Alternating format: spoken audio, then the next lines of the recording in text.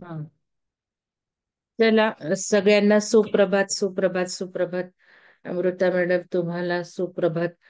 तर आज आपला शेवटचा सेशन आहे आणि मॅडम प्रश्न उत्तर पण घेणार आहेत. तर तुम्ही लिहून काढली असेल तर सेशन मॅडमचं बोलणं झाल्यावर विचारूयात आणि मग ध्यान करूयात, ध्यानानंतर नको. तर अमृता मॅडमना मी विनंती करते की मॅडम तुम्ही तुमचं सेशन सुरू करावं. थँक्यू सो मच मंगल मॅडम. आत्मवंदन सर्वांना. तुमच्या सर्वांच्या एनर्जीला धन्यवाद. ब्रह्मांडीय शक्तीला धन्यवाद. विहंगमच्या प्लॅटफॉर्मला धन्यवाद. आजचा आपल्या या सेशनचा भागाचा शेवटचा दिवस आहे. तर आपण आरएनए बद्दल माहिती घेणार आहे. तर मी स्क्रीन शेअर करते. पहिल्यांदा आपण डिफरन्स काय आहे, म्हणजे डीएनए आणि आरएनए मध्ये काय फरक आहे ते बघूयात.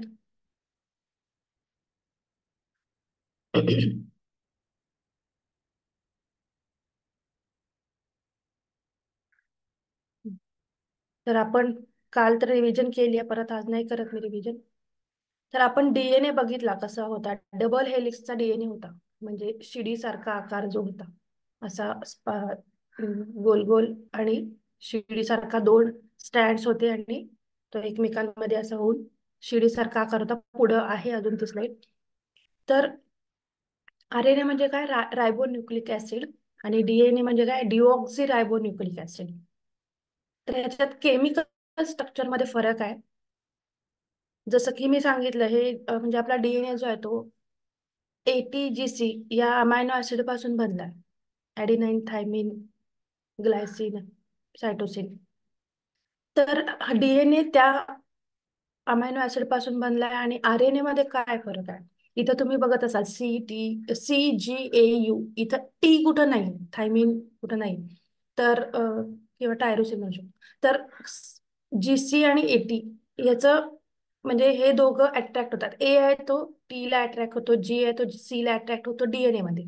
पण इथं टीच नाहीये. टीचं कन्व्हर्जन यू मध्ये, युरॅसिल ऍसिड म्हणजे तो एक अमायनो ऍसिड आहे वेगळा, त्याचं स्ट्रक्चर वेगळं आहे. तुम्ही इथं स्ट्रक्चर पण दिलेत, पण आपल्याला ते काय महत्वाचे नाही आहेत, किंवा ज्यांना कळत असेल केमिस्ट्री बायोकेमिस्ट्री ते बघू शकतात चेंजेस त्यातले.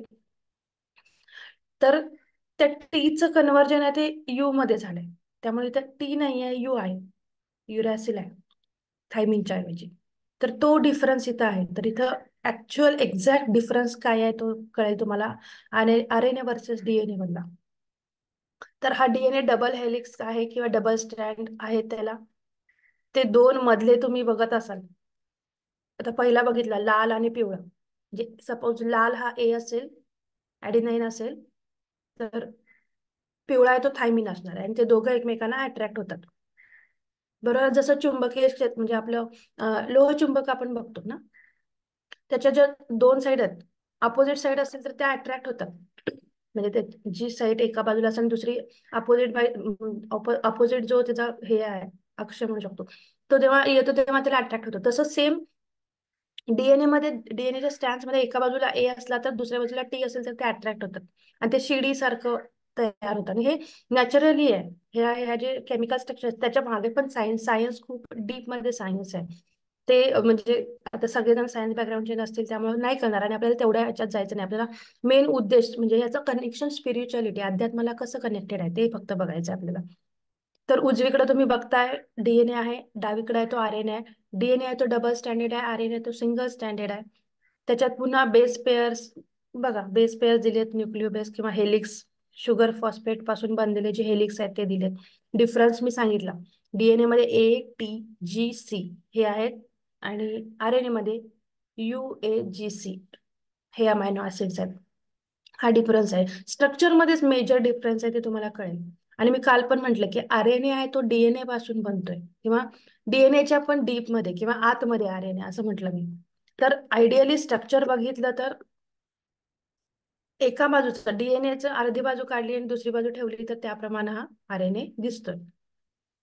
तर एक्झॅक्टली आरएनए म्हणजे आहे काय, तर जी एक प्रोसेस आहे, डीएनए पासून प्रोटीन बनण्याची जी प्रोसेस आहे त्याच्या मधली स्टेप आहे ती आरएनए ची स्टेप आहे. तर डीएनए टू आरएनए ट्रान्सक्रिप्शन म्हणतात त्याला. डीएनए टू आरएनए जेव्हा बनला जातो त्या प्रोसेसला ट्रान्सक्रिप्शन म्हणतात, आणि आरएनए टू प्रोटीन बनतो त्याला ट्रान्सलेशन असं म्हणतात. तर ह्या प्रोसेसमध्ये, प्रोटीन बनण्याच्या प्रोसेसमध्ये RNA ची निर्मिती होते.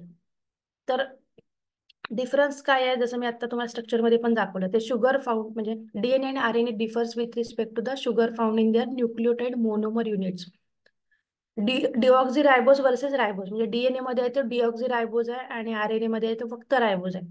So the phosphodiester bond of RNA are susceptible to hydrolyze in basic sorry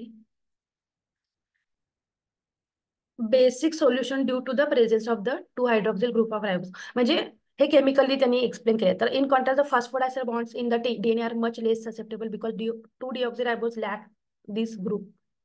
आणि यातला मेजर स्पिरिच्युअलिटीला कनेक्टेड काय आहे त्याला मी हायलाइट केलेलं दिसते की RNA as the preferred molecule for long term storage of genetic information. जे आपण आतापर्यंत बघत होतो की आपल्या DNA मध्ये आपण जी स्टोअर होणारी जी इन्फॉर्मेशन आहे, डेटा आहे, जसं म्हटलं की जन्मोजन्मीची जी काही कर्म आपण केलेली आहेत किंवा आपल्या पूर्वजांनी केली आहेत, आपल्या वंशामध्ये आपल्या अँसेस्टरनी जे काही केलेली कर्म आहेत, ते सगळ्याचं स्टोरेज जीन मध्ये असतं किंवा DNA मध्ये असतं म्हटलं तर तो पार्ट जो आहे तो म्हणजे काय आहे की DNA मधला जो RNA आहे त्या RNA मध्ये ती कपॅसिटी आहे की long term storage of genetic information. आणि बघा जेव्हा फास्ट आता जे डायग्नोस्टिक टेक्निक आलेत मेडिकल फील्डमध्ये म्हणा किंवा डायग्नोस्टिक फील्डमध्ये, आपल्याला आता पॅथॉलॉजिकल लॅब माहिती आहेत ना, आपण ब्लड टेस्ट करायला वगैरे जातो किंवा शरीराचं जे काही आहे ते अनालिसिस करायचं असेल की काय कमी झालंय, जास्त झालंय, डिसीज आहेत नाही आहेत, त्याला डायग्नोस केलं करणं असं म्हणतात. तर त्या डायग्नोस्टिक फील्डमध्ये आहे ना RNA रिलेटेड ज्या काही टेक्निक्स आहेत त्या खूप फास्ट रिझल्ट देतात. फास्ट रिझल्ट म्हणजे काय, ट्रॅडिशनली आहे ना की कल्चर जे कोणी असतील बॅकग्राऊंडचे त्यांना थोडाफार अंदाज येत असेल याचा, ज्यांना नाही माहिती आहे त्यांना ठीक आहे, म्हणजे खूप त्याच्या डीप मध्ये जायची गरज नाही, जस्ट माहिती असावी म्हणून सांगते मी की काय असतं की आपलं जे काही सॅम्पल, ब्लड सॅम्पल घेतलं असेल, युरिन सॅम्पल घेतलं असेल, जे काही सॅम्पल आपल्या बॉडी मधल्या फ्लुइडचं किंवा सॉलिडचं किंवा कुठल्याही कंटेंटचं जे काही आपले सॅम्पल घेतलेलं असतं डायग्नोस्टिक सेंटरमध्ये, तर ते त्या कल्चरवरती स्प्रेड केलं जातं. स्पेसिफिक ही ट्रॅडिशनल मेथड आहे. कल्चरवर स्प्रेड केलं जातं आणि त्याच्यातनं जे ग्रो होणारे बॅक्टेरिया, व्हायरसेस जे काही आहेत किंवा अनालिसिस करायचे त्यांच्या टेक्निक्स आहेत केमिकल्स वापरून, त्याच्यानुसार आपल्या शरीरामध्ये विटॅमिन किती आहे किंवा काय इन्फेक्शन असेल तर इन्फेक्शन झालंय किंवा नाही झालंय, जे काही आहे ते चेक केलं जातं. आणि त्या प्रोसेसला खूप खूप जास्त म्हणजे काय, बॅक्टेरियल इन्फेक्शन असेल तर ऍटलिस्ट 18 ते 20 तास लागतात ते ग्रो व्हायला आणि ते त्याचा रिझल्ट दिसायला. आणि फंगल इन्फेक्शन जर असेल, बऱ्याच जणांना माहिती असेल की युरिन इन्फेक्शन जेव्हा होतं तेव्हा बॅक्टेरियल इन्फेक्शन असेल तर लगेच ते बरं होतं, पण जर फंगल इन्फेक्शन झालं असेल, मोस्टली डायबेटिक पेशंट असतात त्यांना युरिन इन्फेक्शनचे चान्सेस खूप जास्ती असतात. कारण तिथला आपला पीएच जो असतो, पीएच एक कन्सेप्ट आहे, तर ते पीएच जेव्हा कमी होतो तेव्हा तिथं लवकर म्हणजे गोड पदार्थ असतात त्याला मुंग्या लागणं वगैरे म्हणतो ना, एक्झॅक्टली तसं आहे की आपलं शरीर थोडं गोडसर झालेलं असतं, म्हणजे इन्सुलिन बॅलन्स होत नसतं, त्यामुळं तिथं पीएच बॅलन्स होत नाही. आणि जेव्हा तो पीएच अल्कलाईन लेवलला जातो ना तेव्हा इन्फेक्शन खूप फास्ट होतात. तर मग फंगल इन्फेक्शन जेव्हा होतं ना तर ते डायग्नोज व्हायला ट्रॅडिशनल मेथडनी खूप वेळ म्हणजे काय, फंगल ग्रोथ व्हायला किंवा त्याची वाढ व्हायला ते दिसण्यासाठीच कमीत कमी 3 ते 5 दिवस लागतात. कमीत कमी 3 दिवस लागतात आणि पूर्ण त्याचं ऑब्झर्वेशन करण्यासाठी किंवा त्याची ग्रोथला वाढ म्हणजे त्याच्या वाढीला वेळ देण्यासाठी 5 दिवस ते ठेवायला लागतं कल्चर.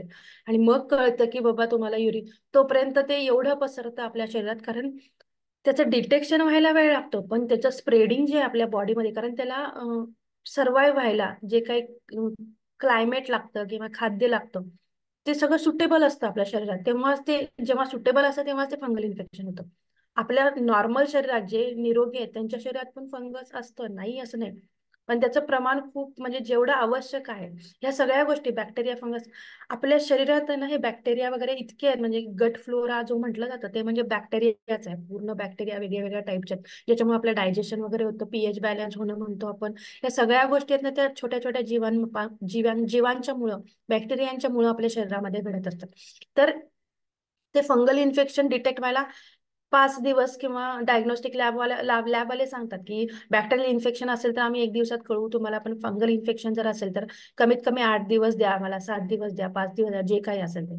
मी लॅब लेवलचं सांगू शकते की आम्हाला कमीत कमी 3 दिवस ते ग्रो होतंय की नाही ते कळायला लागतं, आणि त्याच्यानंतर ते खूप म्हणजे त्याचं प्रोसेस आहे, सगळ्याला रूल्स असतात. जसे आपल्याला इथं रूल्स आहेत किंवा रूल्स शिवाय डिसिप्लिन शिवाय कुठल्या गोष्टी होत नाही, तर तिथं पण ते रूल आहेत. का रूल ठेवले आहेत? कारण की त्याचा आधी कुठंतरी अभ्यास केला गेलाय आणि मग ते रूल्स किंवा त्या प्रोसेसेस स्टेप्स तयार झाले, म्हणून ते 3 किंवा 5 दिवस. तर ते 5 दिवसापर्यंत ऑब्झर्वेशन केल्यानंतर खरंच बाबा कितपत काय आहे, कुठल्या टाईपचं फंगल इन्फेक्शन झालंय, आणि मग त्याच्यानंतर ट्रीटमेंट असं सगळं होत असतं ते. तर आता बघितलं तर एवढ्या फास्ट त्याचं स्प्रेडिंग होत आहे, तर जेव्हा खूप स्प्रेडिंग होत आहे तेव्हा मग ते ट्रीट करायला पण वेळ लागतोय ना. मग जर ते लवकर डायग्नोज झालं तर कमी असताना त्याच्यावर उपाय केले तर फास्ट उपाय होतो ना त्याच्यावर, त्याचं क्युअर खूप लवकर होऊ शकतंय. आणि ते खूप वाढले. जसं की आपले गुण पण आहेत, वर्षानुवर्ष आपण ते गुण कॅरी करत आलोय. ते जायला वेळ द्यायला लागेल ना आपल्याला, आणि आपल्याला स्वतःवर त्याच्यासाठी काम करावं लागेल. काम करावं लागेल म्हणजे काय, ध्यान साधना वगैरे हे आहे ते कंटिन्यू करायला लागेल. आपल्याला आपल्या जाणीवपूर्वक आपल्या आतमध्ये काय काय आहे ते ऑब्झर्व करायला लागेल, त्याच्यासाठी प्रयत्न करायला लागतील ते कमी करायला. बरोबर.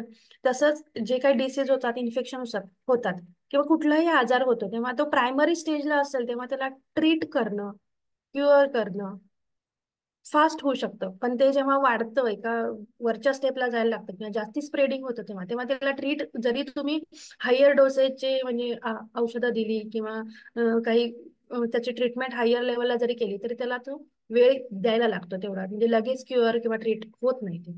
तर डायग्नोस्टिक फील्ड पण का महत्वाचे, जितक्या लवकर डायग्नोस होईल तितकं त्याचं ट्रीटमेंट द्यायला इझी होतं आणि बरं व्हायला बरं पडतं.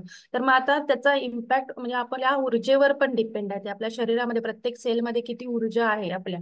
जसं काल मी विद्युत ऊर्जा सांगितलं, प्रत्येक सेलमध्ये 0.7 व्होल्ट एनर्जी असते, विद्युत ऊर्जा असते, इलेक्ट्रिक एनर्जी असते आपल्या. तर ऊर्जा जर कमी असेल तरी पण ट्रीटमेंट घेतल्यानंतर बरं व्हायला वेळ लागतो आपल्याला.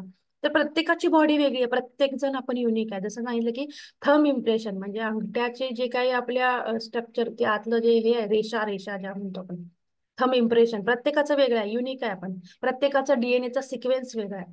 प्रत्येकाच्या आतमध्ये, डीएनएच्या आतमध्ये 30,000 ऍक्टिव्ह जीन्स म्हटले, ते जीन्सचा सिक्वेन्स वेगळा आहे, म्हणून आपण युनिक आहे. म्हणून प्रत्येकाची सोल जर्नी युनिक आहे, वेगळी आहे. कुणाचीच कुणासारखी सेम अजिबात नाही.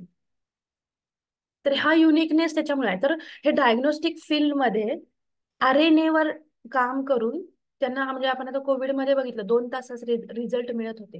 का मिळत होते? कारण त्यांनी डायरेक्ट RNA वर म्हणजे डीएनएच्या पण आतमध्ये जाऊन किंवा डीएनएचं कन्व्हर्जन आरएनए मध्ये होतं, जे की म्हटलं मेन जेनेटिक इन्फॉर्मेशन आहे ते RNA मध्ये आहे. तर जेव्हा RNA शी रिलेटेड टेक्निक शोधून काढल्या तेव्हा फास्ट डायग्नोस्टिक व्हायला लागलं. मग आता पुन्हा तुम्ही कोविडमध्ये बघितलं 2 तासात रिझल्ट मिळवत होते, ते कशामुळे? तर ते RNA शी रिलेटेड एक QPCR म्हणून टेक्निक आहे, त्याच्या थ्रू ते डायग्नोज होऊन किंवा ते सॅम्पल ट्रीट करून त्यातून कळायचं की बाबा झालंय किंवा नाही झालंय. अशा बऱ्याच टेक्निक्स आहेत आता डेव्हलप व्हायला लागल्या ज्या की फास्ट रिझल्ट देतात. त्याच्यानंतर हे RNAचं सांगितलं मी तुम्हाला की मेन सायंटिफिक आणि स्पिरिच्युअल आपल्याला डिफरन्स जो आहे तो मेन हा आहे की त्याच्यात लॉंग टर्मचं स्टोरेज होतं जेनेटिक इन्फॉर्मेशनचं. मग RNAचे पुन्हा 3 टाईप आहेत ऍक्च्युली, इथं बाकीचे पण इन्फॉर्मेशन दिले. तर मेजर 3 प्रकार जे RNAचे आहेत त्याला म्हणतात mRNA, ज्याला मेसेंजर RNA म्हणतात, rRNA ज्याला रायबोझोमल RNA म्हणतात, आणि tRNA म्हणजे त्याला ट्रान्सफर RNA म्हणतात. हे मेन 3 टाईप आहेत. आणि पुन्हा त्याचे सब टाईप्स म्हणू शकता किंवा खूप मायन्यूट लेवलला जे प्रकार आहेत ते आहेत की SNRNA आणि mRNA आणि इव्हन siRNA हे पण एक टाईप आहे त्यातला. अजून पण रिसर्च होईल तसं तसं अजून नवीन नवीन गोष्टी कळायला लागल्यात. तर अशा प्रकारे हे 3 RNA आहेत. त्या तिन्ही RNAचं पुन्हा स्पेशल काही काम आहे. तर तेवढ्या डीप मध्ये म्हणजे मला माहित नाही कितपत कळेल. त्याची पूर्ण प्रोसेस आधी सांगायला लागेल आणि मग त्याचे स्पेसिफिक जे काही फंक्शन आहेत ते सांगायला लागतील. तर इथं डिफरन्स सांगितलाय पुन्हा डीएनए आणि RNAचा. तर काय डिफरन्स आहे डीएनए आणि RNA मध्ये? RNA सिंथेसाइज फ्रॉम डीएनए, जसं मी म्हटलं RNAचं कन्व्हर्जन म्हणा किंवा सिंथेसाइज आहे तो डीएनए पासून होतो आणि it cannot be form DNA. म्हणजे RNA पासून DNA नाही बनू शकत. बनू शकतो, कुठल्या केसमध्ये बनू शकतो, जिथे रिव्हर्स ट्रान्सक्रिप्टेज म्हणून एक प्रोसेस आहे, त्याला स्पेशल ट्रीट करायला लागतं आणि मग त्याचं रिव्हर्स ट्रान्सक्रिप्टेज झाल्यानंतर RNA चा DNA बनू शकतो.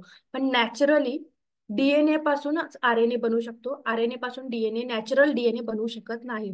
त्याला केमिकली रिॲक्शन्स आहेत, त्या प्रोसेस आहेत, ते केल्यानंतर रिव्हर्स ट्रान्सक्रिप्टेज प्रोसेसनी RNA पासून DNA बनू शकतो. आणि DNA हा स्वतः एक फॉर्म आहे डीएनएचा. मग डीएनए पासून पुन्हा आपण मल्टिपल डीएनए बनवू शकतो. सो हा मेन डिफरन्स आहे की डीएनए पासून RNA बनवू शकतो नॅचरली, पण RNA पासून डीएनए बनवू शकत नाही. तर डीएनए तो सिंगल एक कॉपी आहे डीएनएची, ती प्रत्येक सेलमध्ये असते. पण RNA जे आहेत ते RNA एका सेलमध्ये मल्टिपल कॉपीज असू शकतात किंवा मल्टिपल RNA प्रेझेंट असतात. त्यामुळं ही जी इन्फॉर्मेशन आपण म्हणतो ना, इतकी ह्यूज इन्फॉर्मेशन आहे, ती कशी काय एवढ्या एवढ्याशा ह्याच्यात साठवली जाते. तर एका सेलमध्ये आता 10,000 ट्रिलियन सेल्समध्ये मल्टिपल RNA म्हटलंय आणि त्याच्या आतमध्ये ही इन्फॉर्मेशन असते. त्यामुळे एवढा ह्यूज डेटा आपल्या शरीरामध्ये साठवला जाऊ शकतो किंवा आपल्या जीन्समध्ये साठवला जाऊ शकतो. तर अशा पद्धतीनं हे मी जस्ट बेसिक तुम्हाला सांगितलंय. तर आता हे RNA म्हटलं, डीएनए पासून RNAचं प्रोसेस आहे, ते ट्रान्सफॉर्मेशन होतं आणि नॅचरली RNA सेल्स मध्ये असतो. तर तो कुठं असतो, आपण आधी जे काही सेल्स बघितल्यात त्याच्यात मी तुम्हाला दाखवते की तो RNA आपण कुठं सेलमध्ये असतो. बघा, रायबोझोम दिसतात. रायबोझोम म्हणजे छोटे छोटे डॉट, म्हणजे प्लांट सेल, अॅनिमल सेल, वनस्पती सेल, प्राणी सेल मध्ये छोटे छोटे डॉट्स आहेत, ते म्हणजे रायबोझोम आहेत. तिथं RNA आहे. किंवा अजून तुम्हाला मी दाखवते, इथं पण रायबोझोम दिसेल तुम्हाला. हे बघा, हे छोटे छोटे गोल गोल गोल दिसतात ना, मल्टिपल आहेत हे ना, तिथं ते RNA प्रेझेंट असतात. हे बघा, इथं पण या ह्याच्यात पण दिसतात छोटे छोटे डॉट्स आहेत, ते रायबोझोम्सचे. तिथं हे RNA असतात. त्यामुळे मल्टिपल RNA आपल्या शरीरामध्ये असतात. तर अशा पद्धतीने मी बेसिक तुम्हाला RNAचं सांगितलं. म्हणजे डायरेक्ट म्हणजे एकदम सूक्ष्म लेवलला, डीएनएच्या पण सूक्ष्म लेवलला गेल्यानंतर RNA मध्ये मेन जेनेटिक इन्फॉर्मेशन आहे. आणि त्याच्यावर जेव्हा फोकस केला गेला सायन्समध्ये, तेव्हा त्या टेक्निक, फास्ट डायग्नोस्टिक टेक्निक म्हणा किंवा फास्ट जेनेटिक जे काही डिसऑर्डर्स आहेत, आता प्रेग्नन्सीमध्ये म्हणजे आता हल्ली तर इतकं ऍडव्हान्स झालंय ना की बाळ पोटात असताना त्या बाळाचा DNA सिक्वेन्स मिळू शकतो आणि त्या बाळाला फ्युचरमध्ये काय डिसिजेस होऊ शकतात हे कळू शकतं. कशावरून कळू शकतं, तर आईच्या गर्भात ज्या पिशवीमध्ये ते बाळ ग्रो होत असतं, त्याच्यात पाण्याचा अंश आहे म्हटलं ना, बाजूला सगळं पाणी असं आणि मध्ये ते बाळ तरंगत असतं. म्हणजे खूप सेफ आहे ते आणि खूप अद्भुत आहे आपलं शरीर त्या बाबतीत. म्हणजे स्त्री शक्तीला महत्व का दिलंय ते सांगते. तर त्या पिशवीच्या आतमध्ये जे काही पाणी असतं ना, तर ते बघा, एखादा फुगा घ्या तुम्ही किंवा एखादं असं ज्याच्यात पाणी भरलंय फुग्यासारखं एखादं मटेरियल आणि त्याच्यात पाणी भरलंय आणि त्याला तुम्ही जर पंक्चर केलं म्हणजे समजा एखादी निडल किंवा इंजेक्शन आपण त्याला टोचलं, तर ते पंक्चर होतं ना. पंक्चर होतं म्हणजे मग त्यातनं पाणी लीक व्हायला लागतं. ते पुन्हा बंद होत नाही होल, बरोबर. पण आपलं शरीर का अद्भुत आहे, आत्ताची जी टेक्नॉलॉजी आली आहे की होणाऱ्या बाळाला म्हणजे अजून त्याची ग्रोथ नाही, हे मी तुम्हाला खूप प्रायमरी स्टेजचं सांगते. म्हणजे बऱ्याच जणांना 3 महिन्यापर्यंत डॉक्टर सांगतात, पण कोणाला सांगू नका कारण गॅरंटी नाही पुढे काय होईल काय नाही, बरोबर. पण ह्या पहिल्या 3 महिन्यात त्या आईच्या गर्भातल्या पिशवीतलं पाणी, जे पाणी म्हणतो आपण नुसतं पाणी, ते नुसतं पाणी नसतं, त्याच्यात खूप साऱ्या गोष्टी असतात ऍक्च्युली. तर त्या पाण्याचा अंश काढून घेऊन त्याचं जेव्हा अनालिसिस केलं जातं, तेव्हा त्यातनं कळतात की फ्युचरमध्ये त्या छोट्या बाळाला काय आजार होऊ शकतात किंवा नाही. एवढं ऍडव्हान्स पुढे गेलंय टेक्नॉलॉजी, सायन्स. पण बघा, त्या आता जसं मी तुम्हाला सांगितलं, एखाद्या फुगाला पंक्चर केलं तर परत ते होल बुजवलं जात नाही ना. पण आपलं शरीर ऑब्विस आहे, त्या पिशवीतनं पाणी घ्यायचं म्हणजे सोपी गोष्ट नाही, त्याला इंजेक्ट करूनच घ्यायला लागेल ना. त्याच्याशिवाय ऑप्शनच नाही दुसरा कुठनं. आणि जरी युरिन मधनं म्हटलं तर ते युरिन मधनं त्याचं डिटेक्शन होत नाही, कारण प्रत्येक गोष्टीला पुन्हा लिमिटेशन्स आहेत ना. ब्लड मधनं ठराविकच टेस्ट होतात, सगळ्या टेस्ट होत नाहीत, म्हणून युरिन वेगळं घेतलं जातं आपलं. युरिन मधनच ठराविक टेस्ट होतात. त्या ब्लडच्या टेस्ट ज्या काय आहेत त्या युरिन मधनं करू शकत नाही, युरिन मधल्या टेस्ट आहेत त्या ब्लड मधनं करू शकत नाही. म्हणून ते म्हणजे आपले जे काही फ्लुइड्स आहेत शरीरातले, ते वेगळे वेगळे कलेक्ट केले जातात आणि त्याच्यापासून वेगळ्या वेगळ्या टेस्ट करून वेगळे वेगळे डायग्नोसिस होतं कशामुळे काय होणार वगैरे. तसंच त्या जर बाळाचं फ्युचर बघायचं असेल, म्हणजे त्याचं मेडिकल फ्युचर, डिसीज होणार नाही होणार, त्याच्यात म्युटेशन आहेत नाही आहेत किंवा कसं आहे ते. तर त्या आईच्या गर्भातल्या पिशवीतलं पाणीच घेऊन बघू शकतात, बाकीचं कुठलंच आईचं म्हणजे युरिन ब्लड पासून नाही कळत ते डिटेल्स. मग जेव्हा ते घेतलं जातं तेव्हा इंजेक्ट केलं जातं. मग तसं बघितलं तर ती पिशवी पंक्चर व्हायला पाहिजे ना. आणि पाणी कमी झालं तर डॉक्टर बरंच काय काय सांगतात माहिती आहे आपल्याला, ज्यांनी ज्यांनी त्या त्या एक्सपिरियन्स मध्ये जे गेलेत मातृत्वाच्या, त्यांनी ऐकलं किंवा आजूबाजूच्यांचं पण ऐकलं असेल, हल्ली बरंच काय काय ऐकायला मिळतं. तर किती अद्भुत आपलं शरीर आहे, म्हणजे त्या शरीराची किंमत पण किती आपण म्हणजे का म्हटले जाते स्वतःवर प्रेम करायचं, स्वतःला फॉरगिव्ह करायचं. कारण सोपी गोष्ट नाही आहे हे देह देह मिळणं. एवढं अद्भुत म्हणजे छोटीशी एक गोष्ट मी तुम्हाला सांगितली की फुग्याला जर पंक्चर केलं तर परत आपण ते बंद करू शकत नाही, चिकटपट्टीला किंवा काही करा. पण शरीरातलं जेव्हा आईच्या गर्भाची जी पिशवी आहे त्याच्यातनं जेव्हा ते घेतलं जातं लिक्विड, ते पंक्चर नाही होत. पुन्हा त्याच्या ऍडव्हान्स म्हणजे टेक्निक्स आहेत शेवटी की ते कसं काढायचं किंवा काय, पण इंजेक्ट केल्याशिवाय तर नाही काढू शकत. तर अशा पद्धतीने हे आपलं अद्भुत शरीर जे आहे, त्यामुळं आपल्या शरीराला पण महत्व आहे. ते माध्यम आहे आपलं, उन्नत लेवलला जायचं माध्यम आहे. त्यामुळे त्या माध्यमाचा खूप म्हणजे त्याची व्हॅल्यू केली पाहिजे. आणि स्वतःला माफ करणं आणि स्वतःवर प्रेम करणं त्यासाठी महत्व आहे. प्रत्येक अवयवाचा ग्रॅटिट्यूड केला पाहिजे, प्रत्येक अवयवाचा. जर कोणी असेल इथं आपल्या प्लॅटफॉर्मवर की ग्रॅटिट्यूड लिहिणं पण एक एक टूल आहे. म्हणजे आपण ग्रॅटिट्यूड करतोच, पण जेव्हा लिहितो तेव्हा ते खूप कॉन्सन्ट्रेटेड ग्रॅटिट्यूड होतो. तो जेव्हा करतो तर त्याचे रिझल्ट खूप फास्ट, खूप म्हणजे खूप फास्ट येतात. विदिन 10-11 डेज मध्ये मिरॅक्युलस रिझल्ट येतात जेव्हा कॉन्सन्ट्रेटेड ग्रॅटिट्यूड करतो, म्हणजे लिहितो आपण ग्रॅटिट्यूड. त्या प्रत्येक अवयवाबद्दल, शरीराबद्दल, ह्या DNA RNA जे काही आहे ना, प्रत्येकाबद्दल आपल्याला ग्रॅटिट्यूड देता आला पाहिजे. आणि जेव्हा आपण ग्रॅटिट्यूड देतो ना, युनिव्हर्सल पॉवर ही शक्ती एवढी अद्भुत आहे की बदल होतात आतमध्ये पण आणि बाहेर पण आणि आजूबाजूला पण. जे काय मॅनिफेस्टेशन म्हणतो, आपल्याला जे पाहिजे ते होतं म्हणतो ना, ते होतं. म्हणजे आता खूप सायन्सचे जे कनेक्टेड अनालिटिकल माइंड ज्यांचं खूप आहे ना, त्यांना हे कदाचित पटणार पण नाही. पण पटत नसलं तरी तुम्ही ग्रॅटिट्यूड लिहायला चालू केलं की चला बघूया करून करायचं म्हणून, तरी तुम्हाला त्याचे रिझल्ट मिळतील. एवढी ताकद त्या ग्रॅटिट्यूड मध्ये आहे. तर अशा पद्धतीनं मी RNA ची म्हणजे थोडक्यात तुम्हाला समजेल इतपत प्रयत्न केलाय सांगायचा. अजून पण खूप डिटेलमध्ये आहे, पण मला कळत नव्हतं की ती प्रोसेस जे म्हटलं DNA टू RNA ट्रान्सक्रिप्शन आणि RNA टू प्रोटीन ट्रान्सलेशन, ही प्रोसेस पण खूप म्हणजे गहन प्रोसेस आहे. ती पण मी म्हणजे सायंटिफिकली मला झाली माझ्या अभ्यासामध्ये, रिसर्चमध्ये. तर मी पण ती पण सांगू शकतो, पण माहित नाही किती लोकांना ती कळेल. मग ते बोर पण होऊ शकते, कारण खूप सायन्स मध्ये जातात ते. मग त्याच्याशी पुन्हा ते केमिकल्स आणि सगळी नावं वेगळी वेगळी आहेत. त्यामुळं आपल्या अध्यात्माच्या प्रगतीला कितपत आवश्यक आहे माहिती, तेवढी मी सांगायचा आता इथं प्रयत्न केलाय. तर थँक्यू सो मच सगळ्यांनी ऐकून घेतल्याबद्दल. आणि हा जो काही आपला प्रोग्राम आहे तो अटेंड करून आपल्या सोलचं जे काही ज्ञान आहे ते वाढवल्याबद्दल सर्वांना खूप खूप धन्यवाद. तुमच्या सर्वांच्या एनर्जीला खूप खूप धन्यवाद. आता आपले कोणाचे काही प्रश्न असतील तर तुम्ही विचारू शकता. आपण आता प्रश्न म्हणजे क्लिअर करूया, काही डाऊट असतील, प्रश्न असतील तर ते आपण क्लिअर करूया. तर हँड रेज करू शकता किंवा तुम्ही प्रश्न आणि शंका विचारू शकता तुमच्या काही असतील तर. हात वर करा म्हणजे मॅडम नाव घेतील, मग बोला तुम्ही. अनम्यूट करता आलं पाहिजे. हो, दीपाली मॅडम. हा, येस, तुम्हाला आलाय का बघा बोला अनम्यूट. दीपाली मॅडम, बोला. बोलता येते का बघा? हा, येस. अनम्यूट. येस. हा, केलं. हॅलो, वंदन मॅडम. आत्मवंदन. मोठ्या आवाजात बोला दीपाली मॅडम. मला विचारायचं होतं की आपले ब्लड ग्रुपमध्ये जे प्रकार आहेत हम्म. तर त्याचा काही स्पिरिच्युअल वर आपल्याला माहिती घेता येते का, किंवा त्याचा काही संबंध आहे का? संबंध असं म्हणजे प्रत्येक सायंटिफिक गोष्टी आहेत, त्याचं कनेक्शन आपल्याला स्पिरिच्युअलिटी बद्दल करता येईल. पण तेवढं डीप मध्ये आपल्याला पण कळलं पाहिजे ना. जसं आता RNA आपण बघतोय, मला माहिती नाही किती जणांना ते ATGC आणि ATGU सॉरी GCAU कंटेंट कळतो. तर ब्लड ग्रुप मध्ये पण जे काही कंटेंट आहे, प्लाझ्मा आहे, लिपिड आहे, बऱ्याच गोष्टी आहेत ब्लड मध्ये. नुसतं आपण रक्त म्हणून बघतो, पण त्या रक्तामध्ये पण हिमोग्लोबिन आहे, आयर्न आहे, पांढऱ्या सेल्स म्हणजे white blood cell, red blood cells आणि बरेच कंटेंट आहेत त्याच्यात.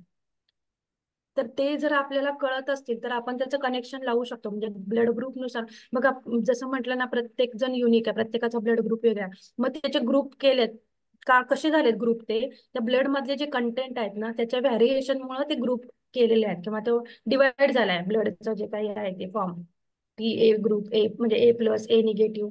तर त्या कंटेंट मध्ये प्लस मायनस गोष्टी आहेत काहीतरी, त्याच्यामुळं ते डिफर झाले, डिफरन्शिएट केलं गेलंय.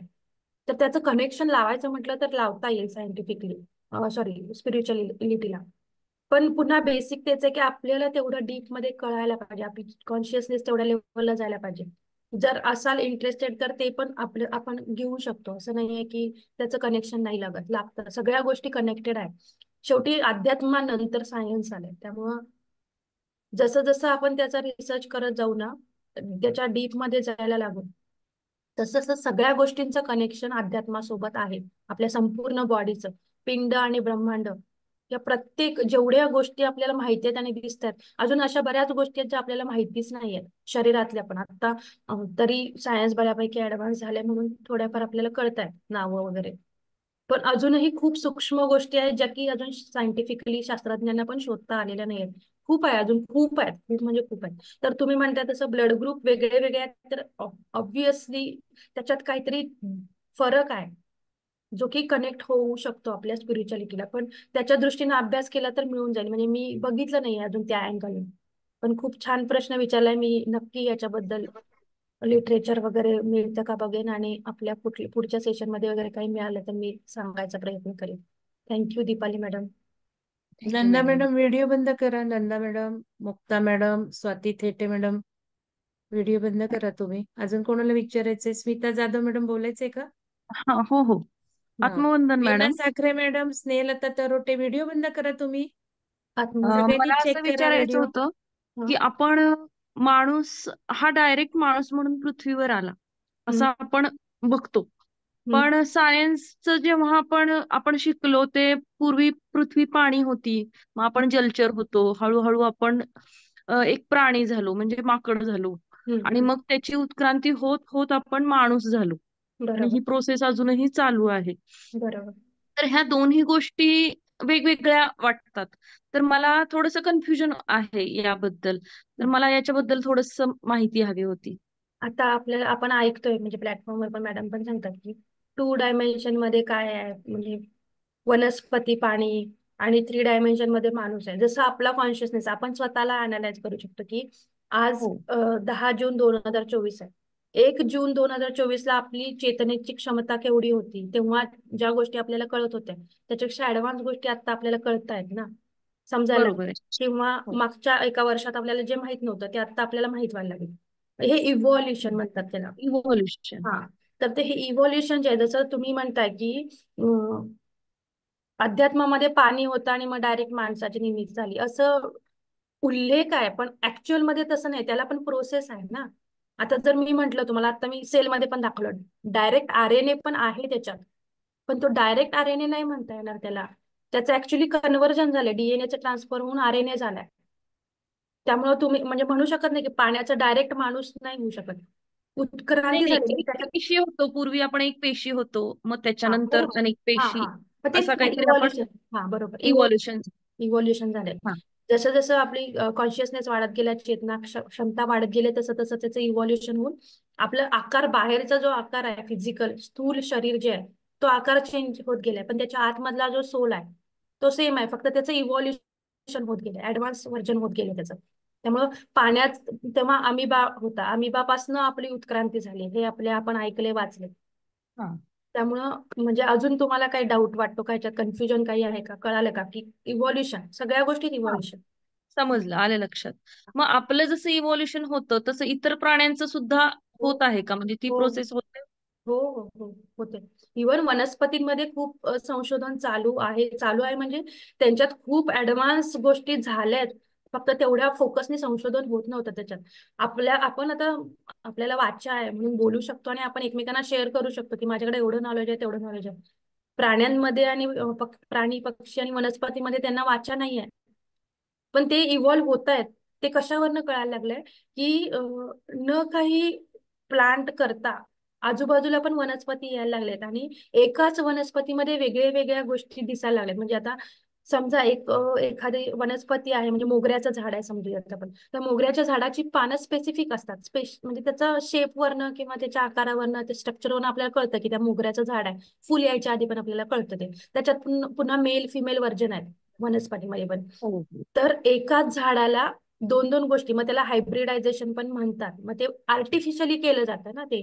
पण हल्ली अशा खूप साऱ्या स्पीशीज वनस्पतींच्या मिळायला लागल्यात की एकाच झाडामध्ये आपण हायब्रिड न करता नॅचरली मल्टिपल गोष्टी दिसायला लागल्यात. म्हणजे काय आहे, त्यांचं इव्हॉल्युशनच आहे ना ते. तर बरोबर. ह्या गोष्टी सगळ्या म्हणजे पिंडीचे ब्रह्मांडी म्हणले, माणसाची जशी उत्क्रांती व्हायला लागल्या, सगळ्या म्हणजे सूक्ष्म लेवलच्या सगळ्या गोष्टींची उत्क्रांती व्हायला लागली. दगडांची पण उत्क्रांती, दगड पण वेगळ्या वेगळ्या क्रिस्टल्स म्हणतो आपण. आता पूर्वीपासून ठराविक क्रिस्टल्स माहिती आहे, त्यामुळे आपल्याला त्याची ठराविक नाव आता जिओग्राफीमध्ये किंवा जिओलॉजीमध्ये जे कोणी अभ्यास करणारे आहेत त्यांना पण त्याच्यात पण उत्क्रांती दिसत आहे की पूर्वीची काही क्रिस्टल्स परंपरेनुसार म्हणा किंवा वर्षानुवर्ष माहिती आहेत तेवढ्यांची नावं आपण ऐकून आहे, पण आता नवीन पण क्रिस्टल्स मिळत आहेत. त्याचे पण फायदे आहेत वेगळे वेगळे, ते अजून आपल्यापर्यंत पोहोचले नाहीत कारण आपण त्या दृष्टीने किंवा आपला कॉन्शियसनेस तिथपर्यंत नाही गेले. आपल्याला जेवढं आपल्या शरीराशी आवश्यक आहे, आपल्या स्पिरिच्युअलिटीला ग्रोथसाठी जेवढं आवश्यक आहे, आपण फोकस तेवढ्यावर करतो. जर चारही बाजूनी किंवा दाही दिशांनी जर आपण विचार करायचं ठरवलं तर सगळ्या बाजूंनी उत्क्रांती व्हायला लागली, सगळीकडे होते, सगळीकडे ते ऍडव्हान्स लेवलला चाललंय. त्यामुळे असेन्शन जे होतंय म्हणतोय आपण ते सगळीकडनं, म्हणजे जे ध्यानात नाही आहेत त्यांचं पण होणार आहे, ध्यानात नाही आहेत पण अवेअरनेस मध्ये आहेत. म्हणजे आपण काय बोलतोय, काय वागतोय ह्याच्यावर ज्यांचा कंट्रोल आहे म्हणा, किंवा त्यांना कळतंय की बोलायच्या आधी आपण जर हे बोललो तर समोरच्याला वाईट वाटेल किंवा त्याचा परिणाम त्याच्या इमोशनल लेवलला होईल, त्याला दुःख होईल. हे हे जे जाणीवपूर्वक बघतायत आधी बोलण्याआधी, ते ध्यानात नसताना पण अवेअरनेस मध्ये आहेत ना, कॉन्शियसनेस मध्ये आहेत. त्यामुळे त्यांची पण आपल्यासारखीच फास्ट उत्क्रांती किंवा उन्नती होणार आहे.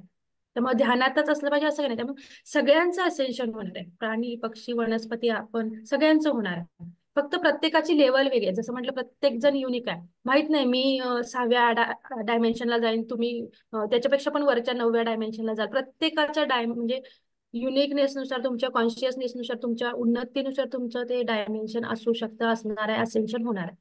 सेम प्राणी पक्षी वनस्पती खनिज जे काही आहेत आपल्याला दिसतात आजूबाजूला, सगळ्यांची उत्क्रांती आणि उन्नती आहे. थँक्यू, अच्छा. Thank you so much. थँक्यू. मला थँक्यू थोडस मॅडम. एक क्लिअर नाही झालं स्मिता मॅडम. तुम्ही काय हा. म्हटलं, अध्यात्मात लगेच जलापासून मानव झाला नाही का जलानं? नाही नाही नाही मॅडम, मी असं नाही म्हटलं. काय पूर्वी आपण प्रश्न काय? सायन्स मध्ये आपण शिकलो की पूर्वी पृथ्वी एक गोळा होते, हा. तप्त ती थंड होत होत पाणी पृथ्वीवर हम्म. झालं. म्हणजे आपण हम्म. एक पक्षी होतो, त्याचा कन्व्हर्जन होत होत आपण प्राणी झालो.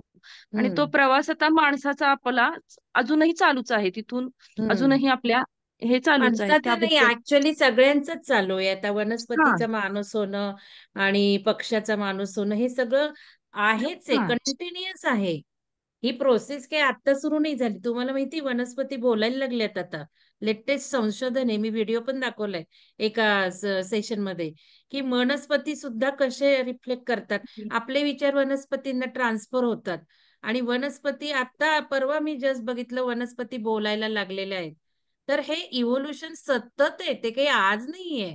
फक्त हा आज जे इव्होल्युशन होणार आहे ते एकदम 75,000 वर्षांनी होणार आहे. म्हणजे असेन्शन एकदम ड्रास्टिकली होणार आहे या ऊर्जेमुळे. कंपल्सरी फोर्सफुली ते होणार आहे. पूर्वी कसं प्रत्येकाच्या ह्याच्याप्रमाणे होतं, आता ते एकदम फास्ट होण्याची अपॉर्च्युनिटी सगळ्यांना मिळाली. त्यामुळे मॅडम म्हटलं तसं क्रिस्टल, दगड, ऍक्च्युली क्रिस्टल आपल्याला त्यासाठीच घ्यायचे की आपल्या इव्होल्युशन बरोबर त्यांचं इव्होल्युशन, आपले सोल कॉन्ट्रॅक्ट आहेत, सोल कॉन्ट्रॅक्ट अच्छा. झालेले आहेत. म्हणून तो क्रिस्टल आपल्या घरात येणार आहे, आपण त्याला घेऊन जाणार आहे असेन्शन मध्ये, आणि तो आपल्याला इन्फॉर्मेशन देणार किंवा जसं जसं काम होणार आहे. म्हणून मॅडम म्हटल्या वेगळे वेगळे क्रिस्टल्स येतात. मी आज ग्रुपवर मेसेज टाकले, क्रिस्टल सिटीज तयार झालेले आहेत. का आता हे सगळं गरजेचे असेन्शन त्यांना पण हवे ना, म्हणून ते वर यायला लागलेत किंवा आपल्या दृष्टीपथात यायला लागलेत. ते आपल्याला मदत करणार, आपण त्यांना मदत करणार. पण तुमचा प्रश्न मला थोडासा कळला नाही की डिफरन्स कशातला विचारला तुम्ही. नाही म्हणजे मला त्यांना म्हणायचं की जे काही लिटरेचर किंवा रेफरन्स आहे तर मॅक्झिमम रेफरन्सेस मध्ये किंवा आपल्या हा अध्यात्माचं जे आहे ना हा त्याच्यात डायरेक्ट म्हणजे पाण्याचा उल्लेख आहे आणि त्याच्यानंतर मानवाचा उल्लेख आहे मधल्या अच्छा, प्रोसेसचा असं उल्लेख आहे आहे. का? हा माझ्या हा, असं वाचनात त्यांना नाही आलेलं तसं. हा. आणि अजून एक मी इथे ऍड करू इच्छिते, हे सगळं बदलणार आहे. ह्या ज्या उत्क्रांतीचा आपण जे म्हणतो माकडापासून झालो किंवा डार्विनच्या थेरी, हे सुद्धा ह्याचे सुद्धा पडदे फाटणार आहेत. ऍक्च्युअली ते नाहीये, बदल आहेत. आपल्याला मुद्दाम आपल्या कॉन्शियस मध्ये पेरण्यासाठी काही गोष्टी झालेल्या आहेत. आता हे डीएनएचं वगैरे मॅडमनी सुरुवातीला सांगितलंच की होऊन दिलेलं नाहीये. आपल्या ज्या ह्या क्षमता होत्या त्या काढून टाकल्या गेल्या मुद्दाम, आणि हे सतत होत असतं डार्क फोर्सेस मधनं. तर ह्या ज्या इव्होल्युशन आहे ना, ती हिस्ट्री सायन्स सुद्धा आपल्याला खरं कळणार आहे. हा, Yes. आता कोणाला बोलायचंय? श्रद्धा मॅडम बोला. आत्मवंदन सर्वांना. अमृता मॅडम आपल्याला पण आत्मवंदन, मंगल मॅडम आपल्याला पण आत्मवंदन. तुम्ही जे ज्ञान देताय त्याच्याबद्दल म्हणजे भरभरून ज्ञान येतंय आणि खरोखर मॅडम म्हणतात की पडदे फाटत गेले. जसं आपली लेवल वाढते आपलं ज्ञान पण तेवढ्या फटाफट आपल्याला येत जातं. तुमच्यामुळे हे खूप छान ज्ञान आम्हाला मिळालंय. तर मला असं विचारायचंय की आपला जसं आपण म्हणतो की डीएनए आहे, डीएनए वरून आपले चक्र जे आहेत, सोल स्टार चक्र वगैरे, ठीक आहे. तर सहस्त्रारच्या वरची जी चक्र आहेत ते पण कनेक्टेड आहेत आपल्या डीएनएशी. तर मला असं म्हणायचंय की आपले आई वडिलांशी पण, म्हणजे असं म्हणतात ना की सायन्स मध्ये पण आहे की आपण ज्यावेळेस आपल्या डीएनए वरून आपले आई वडील कोण आहेत हे माहिती मिळते. ठीक आहे. तर आपण हे पण कन्सेप्ट आहे की, म्हणजे तुम्ही जर क्लिअर केलं की आपल्या डीएनए वरून आपल्या पास्ट जन्मामध्ये पण म्हणजे ते चक्रांशी कनेक्टेड असल्यामुळे आपल्याला तेही माहिती मिळते. तर मग एव्हरी म्हणजे प्रत्येक जन्मामध्ये हा डीएनए चेंज होत जातो का? हो. आपल्या एका जन्मातच कितीतरी वेळा तो चेंज होतोय तर ओके. जन्माजन्मामध्ये तर आरामात नक्कीच हा, चेंज होतो त्याच्यात. चेंज होतो. तर मग त्याच्याशी ते कसं काय कनेक्शन होऊन मग आपल्याला माहिती मिळू शकते? जर प्रत्येक जन्मात जर चेंज होतोय म्हणजे स्टोरेज कपॅसिटी त्या डीएनए मध्ये एव्हरी जन्माची आहे असं येस म्हणायचंय. येस आणि मग ते प्रत्येक जन्मा थ्रू आपल्याला ते कनेक्शन होतं आणि आपल्याला त्याची इन्फॉर्मेशन मिळते, थोडक्यात असं असं येस. म्हणायचंय. फॉर एक्झाम्पल जर कम्प्युटर घेतला तर कम्प्युटरमध्ये एक समजा 20 GB ची कपॅसिटी आहे तर 20 GB पर्यंत आपण साठवू शकतो पण त्याच्यापेक्षा जास्त ज्ञान म्हणजे डेटा त्याच्यात भरला तर आधीच आपल्याला डिलीट करायला लागतो मग जागा होते आणि मग नवीन भरू शकतो. हे हे ओके. लिमिट आहे आर्टिफिशियल इन्स्ट्रुमेंटचं किंवा हा. बनवल्या गेलेल्या इन्स्ट्रुमेंटचं. पण आपण नॅचरली आपल्याकडे एवढी कपॅसिटी आहे की तिथे लिमिटच नाहीये. 20 GB 20 TB काहीच लिमिट नाही. ते जेनेटिक जे काय RNA आहेत त्यांच्यामध्ये एवढी कपॅसिटी आहे की एका जन्मांमध्ये पण खूप जास्ती ज्ञान असतं ना. आत्ताच बघा आपण एका दिवसात किती ज्ञान मिळवतोय. हे ज्ञान आहे ते जात नाही, डिलीट नाही होत. ते स्टोअर हम्म. केलं जातं जेव्हा आपलं सबकॉन्शियस माइंड ऍक्टिव्ह असताना आपण जे नॉलेज घेतलेलं असतं म्हणा किंवा इव्हन कॉन्शियस लेवलला पण ते स्टोअर होत असतं त्या जीन मध्ये, RNA मध्ये, हम्म. DNA मध्ये आणि ते डिलीट नाही होत. ते त्याच्यावर पडदा येणं म्हणतो किंवा आपण विसरतो ते.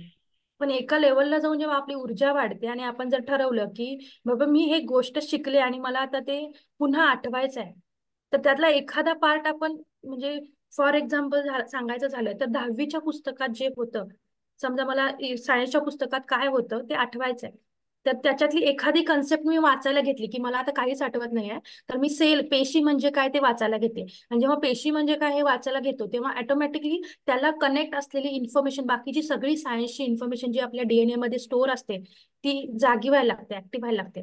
मग आपल्याला सगळं वाचायची गरज नाही, फक्त थोडंसं वाचलं तर त्याच्याशी रिलेटेड सगळं कळायला लागतं. हे कशामुळे होतं तर ती माहिती ऑलरेडी आपल्याकडे स्टोअर आहे. इव्हन आपण इन्स्ट्रुमेंट शिकतो, इन्स्ट्रुमेंट म्हणजे काय वाद्य, पियानो शिकतो, पेटी, हार्मोनियम किंवा तबला जे काही आहेत हे ज्ञान ऑलरेडी म्हणजे ह्या वाद्यांचं ज्ञान पण ऑलरेडी आपल्या जीन्स मध्ये किंवा त्या डीएनए मध्ये स्टोअर आहे. त्याचं फक्त जेव्हा रिव्हिजन केलं जातं ना 1 महिना, 15 दिवस, 2 महिने, 2 वर्ष तेव्हा ते एकदम एक्सपर्टपणे आपल्याला यायला लागतं. याचा अर्थ असा नाही की ते आपल्याला अजिबात येत नव्हतं, आपण ते विसरलोय. पृथ्वीवर जेव्हा आलोय ना तेव्हा ते विसरलोय आणि तेव्हा जेव्हा त्याची रिव्हिजन करायला लागतो ना पुन्हा ते ज्ञान सगळं अगाध. म्हणून आर्टिस्ट जे असतात ना ते जेव्हा साधना करतात किंवा त्याचं रिव्हिजन प्रॅक्टिस करतात ना तेव्हा त्यांच्या आतमध्ये युनिक काहीतरी नवीन कन्सेप्ट बाहेर पडतात. मग ते एखादा स्वर असेल, गाणं असेल, लिरिक्स म्हणा किंवा पेंटर्सना एखादं थीम आतून त्यांना येते मग ते किती हजारो कोट्यावधी रुपयांना त्यांचे पेंटिंग विकले जातात लिलावामध्ये. तर ती युनिक गोष्ट त्यांच्या आतमधून येते. याचा अर्थ असा नाही की ते येतच नव्हतं आपल्याला, आपल्या आतमध्ये ते सगळं नॉलेज आहे, फक्त त्याच्यावर पडदा आलाय किंवा वरती थर लेअर आलाय. आणि तो आपण कॉन्शियसनेसली किंवा जाणीवपूर्वक आता आपण आपल्यामध्ये प्रगती करून तो पडदा दूर करायचा प्रयत्न करतो. किंवा आता नॅचरली ऊर्जा एवढी आहे की तो पडदा दूर व्हायला लागलाय, तसं तसं ते आतलं नॉलेज जे आहे ते प्रकट व्हायला लागलं. त्यामुळे ते युनिक ज्या काही रिसर्च म्हणू शकतो आपण की शोध लागणं वगैरे आहे, किंवा एखाद्या माणसाला वाटतं की अरे मी आतापर्यंत कविता करत नव्हतो आणि मला आता यायला लागल्या, कसं काय यायला लागल्या, तर त्यात आश्चर्य चमत्कार काहीच नाही, सगळं आपल्या आतमध्ये आहे, सगळं आहे. तर अशा पद्धती म्हणजे इव्हॉल्युशन होणं म्हणजे तरी काय आहे की ऑलरेडी ज्या क्षमता आतमध्ये आहेत, जसं की दगड मूर्ती ऑलरेडी त्या दगडात आहे, फक्त नको असलं पार्ट त्या दगडाचं काढल्यावर ती मूर्ती दिसायला लागली. एक्झॅक्टली तसं आतमध्ये सगळं ज्ञान आहे आपल्या डीएनए मध्ये सगळं. कारण सोपी गोष्ट नाही, एवढं जन्मोजन्मी आपण फिरलोय ना, प्रत्येक जन्मात काही ना काही तर नक्की शिकलोय. मग त्याचा वेळ वेगळा होता, म्हणजे आज जी गोष्ट शिकायला 1 तास लागतोय तर ती आपण 1 जन्म घेतला असेल, पण शिकलोय, ते आहे डिटेलमध्ये ज्ञान आतमध्ये. तर अशा पद्धतीनं वेगळं काही करायला लागत नाही. रिव्हिजन थोडीशी जरी केली ना, ध्यान पण आपण करतोय म्हणजे काय, आपण आधी केलंय. ध्यानाला जे जोडले गेलेले आहेत ते ऑलरेडी मागच्या जन्मांमध्ये ध्यान करत होते म्हणून जोडले गेले, फक्त ते विसरलो आपण म्हणून आता रिव्हिजन करायला लागते आपल्याला. आपल्याला पर्पजफुली ध्यानाला बसावं लागतंय, मग आपल्याला सवय लागायला लागली. हो. तर हा, तर मला वाटतं तुमच्या प्रश्नाचं उत्तर मिळालं. हो. हो मॅडम, धन्यवाद. थँक्यू. त्या मॅडमने पण आता कोणाला सांगितलं मंगल. विचारायचंय? सुलक्षणा अजून मॅडम विचारायचंय का? सुलक्षणा मॅडम अनम्यूट आहात, विचारायचंय? नाही.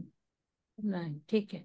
मॅडम मला थोडस असं विचारायचंय अमृता मॅडम, हा. की जे मी आपलं आता जॉमेट्रिकल शेप्स तुम्ही बोलल्यामुळे हम्म. लोकांना हे जरा इंटरेस्टिंग वाटायला लागले. हा. तर जे काही पृथ्वीवर ऊर्जा स्थळ आहेत, हायर ऊर्जा स्थळ किंवा ग्रीड ज्या झालेल्या आहेत हम्म. पृथ्वीवरच्या ग्रीड, की जसं पिरॅमिड सुद्धा काही विशिष्ट ठिकाणीच सगळे झालेले आहेत.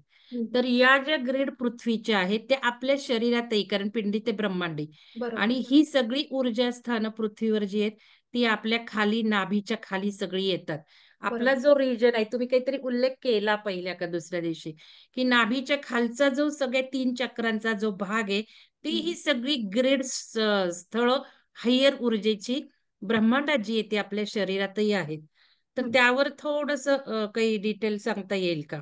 कारण आपल्याला जसं आता डीएनए ऍक्टिव्हेशन तुम्ही केलं, तर हम्म. पुढच्या भाग 2 मध्ये आपण डिऍक्टिव्हेशन बघूयात, कारण डिऍक्टिव्हेशन फार महत्वाचं आहे. नको हम्म. असलेलं काढून टाकलं पाहिजे ना आपल्याला जास्तीत जास्त, तर बरोबर. येणारं नवीन सगळं भरलं जाणार आहे. हम्म. तर त्या दृष्टिकोनातून ही खालची 3 चक्र तर महत्वाची आहेतच आहे, पण हम्म. डीएनएच्या दृष्टिकोनातून कसं बघता येईल? ओके. तुम्ही जसं काय मी बोललात ना ते थोडस मला जरा डिटेल हवंय. हा.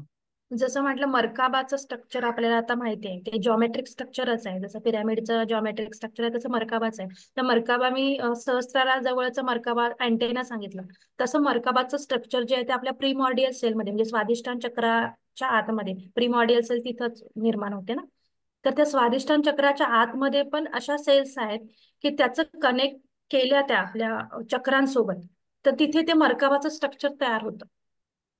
आणि त्यामुळे तिथं ऊर्जा जास्ती साठवली जाते. जसं मी म्हटलं की निगेटिव्ह पण आपल्याला काही फील झालं किंवा एकदम दुःख किंवा घाबरणं वगैरे म्हणतो, तेव्हा पोटात पहिल्यांदा कसं तरी होतं आपल्या, किंवा भीतीची जाणवते ती पहिल्या पोटात जाणवते. जर तुम्ही खूप डीप सूक्ष्म लेवलला ऑब्झर्व केलं असेल स्वतःच्या शरीराला, तर तिथं तर हे सगळ्या म्हणजे मूळ जे म्हणतो ना आपण, ते जॉमेट्रिक सेल्सचं पण जॉमेट्रिक स्ट्रक्चर निर्माण होणं, कनेक्शन, ते सगळं त्या मूलाधार आणि स्वादिष्टांच्या इथं खूप जास्ती आहे. म्हणजे हे जवळपास मणिपूर पर्यंत किंवा हम्म. अनाहत पर्यंत म्हटलं ते चालेल, ते कनेक्शन किंवा ते जॉमेट्रिक स्ट्रक्चर आतमध्ये पण आहेत. फक्त आता ते सायन्सला तेवढं त्याला कनेक्ट नाही करता आलंय, पण त्या हम्म. सेल्सला घेतलं ना, जसं म्हटलं झायगोट, म्हणजे जे हम्म. डीप मध्ये ज्यांना माहिती आहे, सेल्सचं जेव्हा कन्व्हर्जन होतं एका सेल पासून दुसरी सेल, मायटोसिस, मियोसिस, अशा त्याच्या स्टेप्स आहेत. आणि झायगोट म्हणून एक कन्सेप्ट आपली काल झाली. तर ते झायगोट जेव्हा कनेक्ट होतात ना, तेव्हा ते जॉमेट्रिक स्ट्रक्चर्स, शेप्स तयार होतात. आणि पिंडी ते ब्रह्मांडी, आणि जसं ब्रह्मांडात ही ठराविक ठिकाणी ऊर्जेची स्थान आहेत, पिरामिड आहेत किंवा मंदिरं जी बांधली गेलीत, तर त्याच्या आतमध्ये भूगर्भामध्ये, जसं आपल्या शरीरामध्ये लोअर ग्रीडनी किंवा निगेटिव्ह जे काही डार्क फोर्सेस आहेत त्यांनी चिप्स इन्स्टॉल केले, ते आपण ठराविक ठिकाणी केले, सगळीकडे नाही केले. ती जी स्थानं आहेत ती त्यांना माहिती होती, ते पण खूप हुशार होते. जे काही डार्क एंटिटीज आहेत फक्त ते पण खूप ऍडव्हान्स नॉलेज होतं त्यांच्याकडे, फक्त त्यांनी यूज त्याचा निगेटिव्हली केला. तर त्यांनी ज्या चिप इन्स्टॉल केलेत ना आपल्या शरीरामध्ये, ते पण ठराविक ठिकाणी केलेत की त्यांना माहिती होतं त्या ठिकाणी केलं की त्याचा इम्पॅक्ट आपोआप बाकीच्या ठिकाणी होणार आहे. मग डाव्या बाजूला खूप जास्त चिप इन्स्टॉल केलेले आहेत आपल्या. आणि आपल्याला माहिती आहे आपलं हृदय आहे ते डाव्या बाजूला आहे ना, मेन कार्य जे आहे आपल्या शरीराचं हृदयाचं ते डाव्या बाजूला आहे. तर ते पण खूप हुशार होते. तर मग बऱ्याच आपल्या जॉईंट्स मध्ये केले किंवा आपला घोटा, पायाचा घोटा जो आहे तिथं पण एक मेन चिप आपली म्हणजे त्या डार्क एंटिटीजनी तिथं पण चिप इन्स्टॉल केली आहे. मानेत केली आहे, कारण आपला मज्जारज्जू आणि मेंदू मेन कंट्रोल सिस्टीम जी आहे आपली, की ब्रेन, पिट्युटरी ग्लॅन्ड, पिनियल ग्लॅन्ड आणि हायपोथॅलॅमस ग्लॅन्ड, या 3 मेन ग्लॅन्ड आहेत. त्याला ब्लॉक करायला जिथं पाहिजे ना एक्झॅक्टली तिथं त्यांनी मानेच्या इथं कुठेतरी ती चिप घातलेली. तर असं जसं पृथ्वीवर ठराविक ठिकाणी मॅडमने आता उल्लेख केला तशाप्रमाणे ऊर्जा आहे ठराविक ठिकाणी, तसं आपल्या शरीरामध्ये पण ठराविक ठिकाणी असे पॉइंट आहेत ना की ते सगळ्या अख्ख्या बाकीच्या शरीराला कंट्रोल करतात. तर ते डार्क एंटिटीजना माहिती आहे होतं, म्हणून त्यांनी त्याच ठिकाणी त्या चिप्स म्हणजे अशा ठिकाणी लावल्यात. जसे अॅक्युप्रेशर वाले जे कोणी असतील तर त्यांना माहिती आहे की ठराविक ठिकाणी प्रेस केल्यानंतर, मग भलेही पायाच्या अंगठ्याला प्रेस केल्यानंतर त्याचा इम्पॅक्ट डोळ्यावर होतोय. का होतोय? कारण त्याची ऊर्जा कुठून जाते, म्हणजे त्याचा मर्मबिंदू जो म्हणतो ना आपण, तो प्रेस केल्यामुळे त्याचा इम्पॅक्ट, त्याचा रिझल्ट लगेच दिसतो. तसे हे मर्म बिंदू किंवा पॉइंट जे आहेत ते त्या डार्क एंटिटीजना माहिती होते आणि त्यांनी त्या त्या ठिकाणी चिप्स इन्स्टॉल केल्यात आणि आपलं जी क्षमता आहे ना ती रोखली आहे. आपण जे अद्भुत अजून लिमिटलेस होतो ना ते आपल्याला लिमिटेड करून ठेवलंय. तर अशा पद्धतीने जसे ब्रह्मांडात ऊर्जेची स्थान आहेत तसे आपल्या शरीरात आहेत, आणि त्यातली ती मेन तर चक्र आपली आहेच, तीच ऊर्जेची स्थान. पण बाकीची पण आहेत, जॉईंट्सच्या ठिकाणी आहेत, मज्जारज्जू जवळ आहे, डाव्या बाजूला जास्तीत जास्त आहे, गुडघ्यामध्ये आहे, घोट्यामध्ये आहेत. तर अशी ही ऊर्जा स्थान आहेत. आणि तिथं जॉमेट्रिक स्ट्रक्चरचं तर मेन मी म्हटलं तसं अनाहत चक्रापासून खालच्या भागात मॅक्झिमम जॉमेट्रिक स्ट्रक्चर तयार होतं. तर मंगल मॅडम मला वाटतंय सॅटिस्फाईड थँक्यू. असेल. हो, हो, थँक्यू. चला आता आपण ध्यान करायचंय का? ध्यान अजून कोणाला काही विचारायचं कोणाला की विचारायचंय का? हा, म्हणजे काही असेल तुम्हाला वाटत असेल की खूप छोट. मॅडम मी सविता बोलते. हा. माझा अगदी खूपच बेसिक प्रश्न आहे की आपल्या शरीरात तुम्ही सांगितलं की 100 ट्रिलियन सेल्स आहेत आणि प्रत्येक सेल मध्ये एक न्यूक्लियस आहे, न्यूक्लियसच्या आतमध्ये डीएनए आहे. तर ते आणि फक्त एवढ्या 100 ट्रिलियन सेल्स मध्ये फक्त 21 क्रोमोझोम ऍक्टिव्ह आहेत आणि बाकीचे काय आहे मग? 21 क्रोमोझोम म्हणजे कसं सांगितलंय, त्या क्रोमोझोम म्हणजे 21 नाही, त्याच्या जोड्या आहेत ऍक्च्युली त्या. तर त्या एका सेलमध्ये सांगितलंय, एका सेलमध्ये ऍक्च्युअल मध्ये 23 क्रोमोझोम आहेत आत्ताच्या सायन्सच्या रेकॉर्डनुसार. पण अध्यात्माच्या रेकॉर्डनुसार बघितलं तर 24वा पण मेन क्रोमोझोम आहे, जो की आपल्यात आता ऍक्टिव्हेट व्हायला लागलाय, म्हणून आपण असेन्शनला चाललोय. तर तसं बघायला गेलं तर मूळ जो मानव आहे ना, हे जे ग्रीडचा आता आपण बोलत होतो की निगेटिव्ह एंटिटीजनी चिप घातलाय, त्याच्या आधीचा जर मानव बघितला तर डबल डीएनएचा होता तो. आता आपल्याला 12 डीएनए माहिती आहे, तर तो 24 डीएनएचा मानव होता. तर त्याच्या आतमध्ये तर मग त्याच्या डबल झाले ना क्रोमोझोम. तर एका सेलमध्ये तेवढे क्रोमोझोम आहेत. तर त्या 100 ट्रिलियन सेल्समध्ये पुन्हा तुम्ही ते मल्टिप्लाय करा, तेवढे क्रोमोझोम होणार. आणि ते क्रोमोझोम जे सांगितले, तर पुन्हा त्याचं पण असं आहे की मेंदू मधल्या ज्या पेशी आहेत त्याच्या आतमधला जो क्रोमोझोम आहे त्याचे फंक्शन्स किंवा त्याची जी कार्य आहेत ती वेगळी आहेत. म्हणून जे म्हणजे मतिमंद मुलं वगैरे जन्माला येणं जे म्हणतो ते 21व्या क्रोमोझोम मध्ये त्याची जी जेव्हा त्या आपण बघितलं ना टिलोमर कॅप, 4 त्याचे आर्म आहेत, हो हो पाय हो आहेत हो. क्रोमोझोमचे, तर ते पाय जे आहेत त्यातला एक पाय जरी कमी झाला त्याच्यातला की तो 21वा क्रोमोझोम मधला, सांगते मी पर्टिक्युलर नंबर सांगते, 21व्या क्रोमोझोम मधला पाय कमी झाला की मतिमंदपणा. मग त्यात पण त्या मतिमंदपणाचे पण प्रकार आहेत पुन्हा, की त्याच्या साईज वरनं कुठला आर्म छोटा झालाय मोठा झालाय त्याच्यावरनं ते मतिमंदपणाचे पण लक्षणं आणि त्याचे जे कार्य वेगळी वेगळे आहेत, सिमटम्स वेगळे वेगळे आहेत.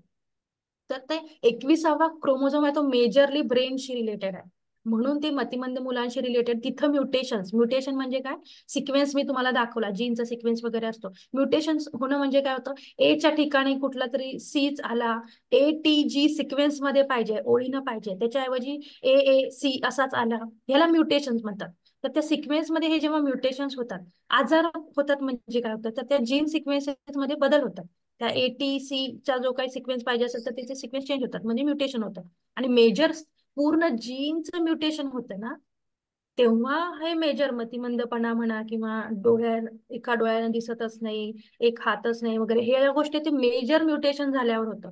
आणि खूप मायन्यूट एखाद्या बेस पेन मध्ये पण खूप सूक्ष्म लेवलला जेव्हा म्युटेशन होतं तेव्हा सर्दी, खोकला किंवा कॅन्सर वगैरे असे सगळे रोग आहेत. तर ते ठराविक छोट्या लेवलला झाल्यावर हे डिसिजेस होतात. आणि मोठ्या लेवलला मोठ्या जीन मध्ये जेव्हा म्युटेशन होतं तेव्हा ते मतिमंदपणा किंवा हे सगळे जे लक्षण आहेत. पुन्हा त्याच्यात पण म्हणजे पॉझिटिव्हली कसं घ्यायचं वगैरे मी तुम्हाला सांगितलं. तर अशा पद्धतीनं ते क्रोमोझोम म्हणजे फक्त तुम्ही 21 तुम्हाला वाटलं असेल की 100 ट्रिलियन सेल्स मध्ये 21 क्रोमोझोम, असं नाहीये. हा, मला असंच म्हणजे एका सेल मधलं सांगितलं. म्हणजे एका सेल मध्ये 21 क्रोमोझोम्स, तर 100 21 ट्रिलियन्स पण नाही, मध्ये 23 23. 23 आणि हा 24वा अध्यात्माच्या दृष्टीनं आहे. सायन्स हा. मध्ये ते अजून डिस्कवरच झाला नाही, जो की खूप जास्त अच्छा आपल्या असेन्शनला कारणीभूत आहे. 24वा क्रोमोझोम. अच्छा अच्छा. तर प्रत्येक सेलमध्ये क्रोमोझोमची संख्या आहे, ती एका सेल मधली नाही किंवा सगळ्या सेलमध्ये मिळून तेवढी नाहीये. अच्छा अच्छा, म्हणजे हे 23 मल्टिप्लाइड बाय 100 ट्रिलियन एवढे आपल्यामध्ये जे DNA आहेत आणि त्याच्या आतमध्ये तेवढे जीन्स आहेत आणि तेवढ्या त्याच्यात मेमरी आहे. Yes yes yes. Okay okay okay, हे खूप खूपच छान अजून प्रश्न म्हणजे विचारला. अजून खूप जास्त आहे. ओके, थँक्यू धन्यवाद मॅडम.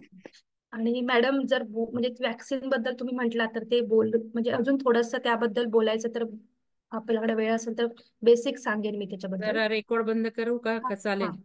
कसंही करू बंद? हा केलं तरी चालेल, नाही केलं तरी चालेल, कारण ठीक आहे आता ठीक आहे, बाहेर बोला बोला.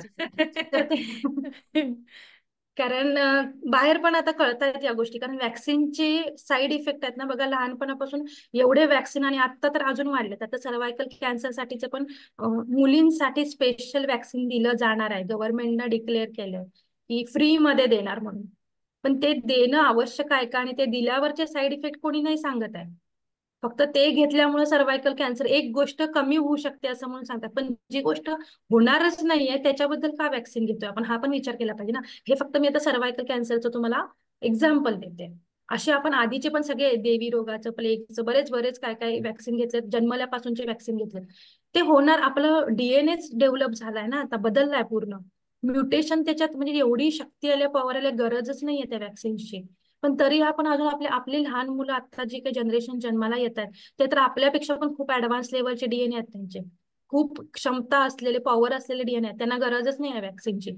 पण आपल्या आतमध्ये पण कुठेतरी भीती असते किंवा ते ग्रीड निगेटिव्ह एंटिटीजनी आपल्या आतमध्ये ती पॅटर्न तयार केला ना, बिलीफ सिस्टीम तयार केली आहे ना समाजामध्ये आणि आपल्या पण मेंदूमध्ये ते पॅटर्न, की आपणच घाबरून जातो, नाही वॅक्सिन दिलं तर काय होईल. पण त्याचे साईड इफेक्ट किती झालेत, फॉर एक्झाम्पल सांगायचं झालं तर लहानपणी जेवढे काही वॅक्सिन दिलेत, आताची तुम्ही मुलं बघाल ना तर त्यांना ते वॅक्सिन सूटच होत नाहीत. त्यामुळे त्यांना जन्मल्यापासून सर्दी खूप 80% लहान मुलांना मी बघते की त्या वॅक्सिनमुळे सर्दी 12 महिने 24 तास सर्दी असते. का असते ती, त्या वॅक्सिनचा इम्पॅक्ट आहे, तो साईड इफेक्ट आहे. बऱ्याच मुलांना जरासं काही चेंज झालं, पाण्यात जरी बदल झाला की लगेच ताप वगैरे येतो. काय येतो? वॅक्सिन म्हणजे काय हे पहिला सांगेन मी, की वॅक्सिन म्हणजे काय असतं, ज्याच्यामुळे आपल्याला इन्फेक्शन होतं ना, तेच बॅक्टेरिया आहेत ना त्यांना मारलं जातं आणि त्यांच्याच मारलेल्या बॉडीचा उपयोग, जसं अँटीबायोटिक्स म्हणजे काय, बायोम म्हटलं किंवा मायक्रोबायोम किंवा बॅक्टेरिया जे आहेत ते मारले जातात. फॉर एक्झाम्पल वॅक्सिन कोविडचं पकडलं तर कोविडचा व्हायरस तयार झाला, त्याचा सिक्वेन्स घेतला, जिवंत कोविडच्या इन्फेक्शनचा व्हायरसचा सिक्वेन्स घेतला आणि त्याच्यात केमिकली मॉडिफिकेशन्स केले. तो सिक्वेन्समध्ये रिकॉम्बिनंट डीएनए टेक्नॉलॉजी वापरून मॉडिफिकेशन केले. हे मी या फील्डमध्ये आहे म्हणून सांगू शकते. वॅक्सिन कसे तयार होतात हे मला माहिती आहे, मी केलेत म्हणून सांगू शकते. तर तो जो आजार आहे ना त्याचाच व्हायरस घेतला जातो, त्याला मारलं जातं, त्याच्यात केमिकली स्ट्रक्चर चेंज केले जातात, प्रोसेस केली जाते आणि मग अँटीव्हायरस किंवा वॅक्सिन जे म्हणतो, अँटीव्हायरस केमिकल तयार होतं ज्याला वॅक्सिन म्हटलं जातं. ते वॅक्सिन दिलं जातं. मग साधी गोष्ट आहे, जी गोष्ट आपल्याला झालेलीच नाहीये, व्हायरस आपल्या आतमध्ये गेलाच नाही आणि त्याच्याबद्दल आपण अँटीव्हायरस किंवा अँटीबायोटिक्स किंवा वॅक्सिन घेतोय. तर बघा आपलं शरीर अद्भुत काय म्हटलंय, फॉरेन पार्टिकल्स म्हणजे आपल्या शरीरात नको असलेले किंवा त्याचा कुठं जागाच नाहीये, त्या गोष्टी जेव्हा आत इंजेक्ट केल्या जातात किंवा आपल्या शरीरामध्ये दिल्या जातात ना, तर आपलं शरीर त्याला लढण्यासाठी, त्याच्या बरोबर झुंजण्यासाठी पांढऱ्या पेशी वापरतं. आणि जेव्हा असे बॅक्टेरिया किंवा व्हायरस इन्फेक्शन जेव्हा होतात तेव्हा आपल्याला काय काय होतं, ताप येतो, वॅक्सिन घेतल्यावर ताप येतो, विकनेस येतो. काय येतो? कारण आपल्या ज्या मेन ज्या पांढऱ्या पेशी आहेत ज्या आपल्याला वाचवतात या इन्फेक्शन पासून, त्यांची सगळी शक्ती आहे ना ती काहीतरी फॉरेन मटेरियल म्हणजे ते वॅक्सिन म्हणा, अँटीबायोटिक्स म्हणा, ते शरीरात गेल्यानंतर ते एक्सेप्ट करत नाही आपलं शरीर. कारण नाहीच आहे आपल्याकडे ते, मुळात आपल्याकडे तो रोग नाही आहे म्हणा किंवा काय. किंवा जरी झाला असेल आपण अँटीबायोटिक घेत असलो तर त्याचा डोस एवढा हायर लेवलला असतो की आपल्या सगळ्या पांढऱ्या पेशी आहेत त्याच्या विरोधात काम करायला चालू करतात आणि त्याचा वापर आपल्या शरीराचं रेग्युलर रुटीन आहे ते सोडून त्या तिथं वापरल्या जातात. आणि म्हणून आपलं रेग्युलर शरीर आहे ना त्याला मग ताप यायला लागतो, सर्दी व्हायला लागते, पेन दुखायला लागतं. या गोष्टी त्यामुळे व्हायला लागतात. मग हे फॉरेन पार्टिकल्सची गरज नसताना आपण आतमध्ये घेतोय आणि त्याचे सिमटम्स आपणच ओढून घेतोय. कळतंय काय बघा, म्हणजे मी सांगायचा प्रयत्न करते जसं जेवढ्या सोप्या भाषेत सांगता येईल तेवढं. तर हे वॅक्सिन म्हणजे काय आहे? तोच व्हायरस आहे. त्याला मारून केमिकली स्ट्रक्चर चेंज केलं आणि रिकॉम्बिनंट डीएनए टेक्नॉलॉजी म्हणा किंवा बरीच नाव आहेत त्याला आता, ते वापरून त्याचे अँटीडोस किंवा त्याचं अँटीव्हायरस म्हणू शकतो ते वॅक्सिन तयार होतात. अँटीबायोटिक्स तसे तयार होतात. आता समजा रेबीजचं इंजेक्शन किंवा जे काय आहे ते म्हणजे काय आहे? कुत्र्याच्याच आतमधले जे काही व्हायरस आहे ना तो घेतला जातोय आणि त्याच्यावर प्रोसेस केली जाते आणि त्याच्यापासून ते तयार होतं. ही औषध आहे, ॲलोपॅथिक जेवढी औषध आहेत ना ती मॅक्झिमम औषधं ही अशीच तयार होतात. तर हे थोडं बेसिक आपल्याला माहिती व्हायला पाहिजे. म्हणून म्हणजे मॅडमने आता मेन्शन खूप बरं झालं केलं की ह्याचा अवेअरनेस आपल्याला यायला पाहिजे. मग आता तुम्ही म्हणाल मग आम्ही वॅक्सिन घ्यावं की नाही लहान मुलाचा असेल कोणाकडे तर.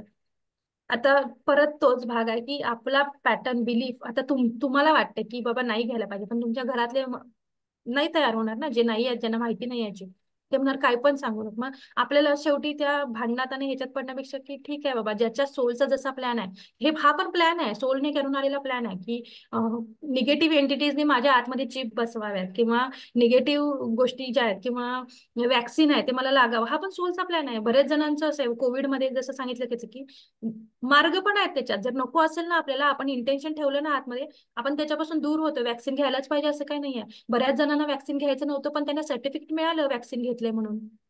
किंवा बऱ्याच जणांना तेव्हा प्रवास करायचा होता, न टेस्ट करता पण ते निगेटिव्ह सर्टिफिकेट त्यांना मिळाले. हा त्याचा मार्ग वेगळा होता, म्हणजे तसं बघितलं लिगली तर ते इलिगल होतं. पण आपल्या शरीराला नुकसान करायचं नाही आहे किंवा त्या सोलला नाहीच आहे तर का ना, म्हणून जर करायचंच नसेल तर आपल्याला त्याचे मार्ग पण मिळतात. त्यामुळे आपण किती त्या बिलीफ पॅटर्नवर स्टिक आहे किंवा चिकटून आहे ते बघायला पाहिजे. आणि ह्याचे खरंच खूप म्हणजे खूप साईड इफेक्ट खूप आहे. एक गोष्ट आपण बरी करायला जातो आणि 100 गोष्टी ओढवून घेतो त्या बदल्यात. कोरोनामध्ये आपण बघितलंय ते एक इंजेक्शन जे होतं ते मिळत नव्हतं, ते मिळवण्यासाठी एवढी धडपड केली आणि ते इंजेक्शन घेतल्यानंतर बऱ्याच जणांचे जीव गेले, प्राण गेले. का तर त्यांच्या शरीराला ते सूट नाही झालं. कारण त्या पेशींमध्ये पण तेवढं त्याला प्रतिकार करण्याची शक्ती पाहिजे ना आपल्याकडं, तर ते सर्वाइव्ह होऊ शकतात त्यातनं. तर अशा सगळ्या गोष्टी आहेत, खूप डीप लेवलला आहेत. म्हणजे नुसतं वॅक्सिनवर जर बोलायचं झालं ना तरी खूप नाही बोलू वॅक्सिन नाही, आजकाल सगळं लहान मुलांना जे फूड प्रॉडक्ट दिले जातात ना येस त्यातून येस सुद्धा सगळं हे आहे. आता विचार कराल खूप आपण ब्रँडेड बघतो, स्टॅम्प्स बघतो, असं काहीही नाहीये. नाही. कारण ह्याचे जे क्रिएटर आहेत ते कोणी डॉक्टर नाही किंवा एखादी ऑर्गनायझेशन नाही, ती वैश्विक लेवलला होते. येस आणि ती मी जसं सांगितलं निगेटिव्ह आणि पॉझिटिव्ह बॅलन्स झाला पाहिजे. ती ईश्वरीय आहे ना, कारण वॉशआउट प्रोग्राम आहे ना आता. आणि मग येस वॉशआउट कोण होणार आहे? हे आधी लोक होणार आहेत. म्हणून देताना पॅरेंट्सनी हे विचार केला पाहिजे. आपण काय करतोय मुलांना लवकर घालवणार आहोत आणि असेन्शन रोखणार आहोत त्यांचं. म्हणून पॅरेंट्सनी ध्यानात हे सगळं करून जागृत होऊन डिसिजन घेतला पाहिजे. आपल्यामुळे त्यांचं कशाला आपण त्यांना लसी देतोय, कुठले कुठले फूड प्रॉडक्ट्स मारे खूप चांगल्या भावनेने देतोय, पण त्याच्यात काय आहे हे ध्यान केलं तरच कळणार आहे. तर खूप काही बोलण्यासारखं आहे. मी बोलेल डिटेल रामध्ये. चला अजून कोणाला शंका विचारायची आपल्याला ध्यान हवंय करायचंय? ठीक आहे मॅडम, ध्यान करा, चालेल. ध्यान सुरू करा. तेच पाण्याची वॉटर थेरपी हा. करायची आहे आणि पाणी पिऊन